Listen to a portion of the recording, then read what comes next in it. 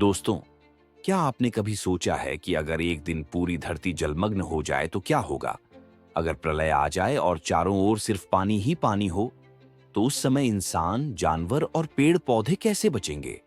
सत्य युग के समय की बात है। एक महान राजा थे, सत्यव्रत। वे बड़े धर्मपरायण और ईश्वर भक्त थे। एक दिन वे गंगा नदी में खड़े होकर सूर्य को अर्घ्य दे रहे थे। तभी उनकी अंजलि में एक छोटी सी मछली आ गई।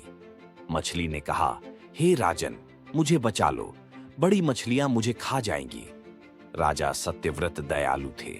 उन्होंने मछली को अपनी कमंडल में रख लिया। राजा ने उसे बड़े घड़े में रखा, फिर तालाब में, फिर गंगा नदी में और अंत में समुद्र में। लेकिन हर बार मछली और बड़ी होती चली गई। अब राजा को समझ आ गया कि यह कोई साधारण मछली नहीं है। राजा, प्रभु, आप कौन हैं? तभी वह मछली चमक उठी और उसमें से प्रकट हुए भगवान विष्णु। भगवान विष्णु बोले, हे मनु, बहुत जल्द इस धरती पर महाप्रलय आने वाला है। चारों ओर जल ही जल हो जाएगा। तुम एक विशाल नौका का निर्माण करो।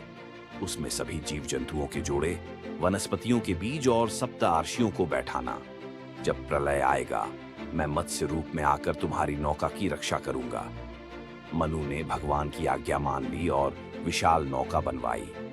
कुछ समय बाद आकाश में काले बादल छा गए। बिजली कड़कने लगी, मूसलाधार वर्षा शुरू हो गई। समुद्र की लहरें ऊंची उठी और देखते ही देखते पूरी धरती जलमग्न हो गई। चारों ओर केवल पानी ही पानी था।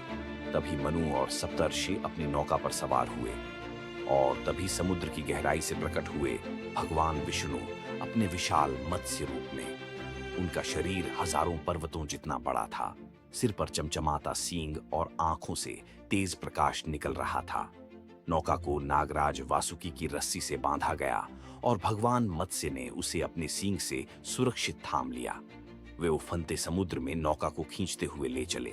इस तरह भगवान ने मनु, सप्तआशे, सभी जीव जंतुओं और बीजों को प्रलय से बचा लिया।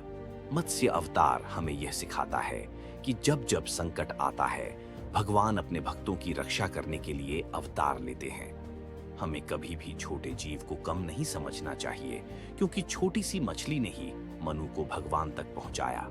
और सबसे महत्वपूर्ण बात, श्रद्धा और विश्वास रखने वाला भक्त कभी संकट में नहीं पड़ता। यही है भगवान विष्णु के पहले अवतार की अद्भुत कथा। अगर आपको ये कहानी पसंद आई हो तो इसे अपने दोस्तों और परिवार के साथ जरूर शेयर करें। चैनल को सब्सक्राइब करें और बेल आइकन दबाएं ताकि भगवान की और भी दिव्य कथाएं आप तक पहुंचती रहें। जय श्री विष्णु, जय श्री हरि।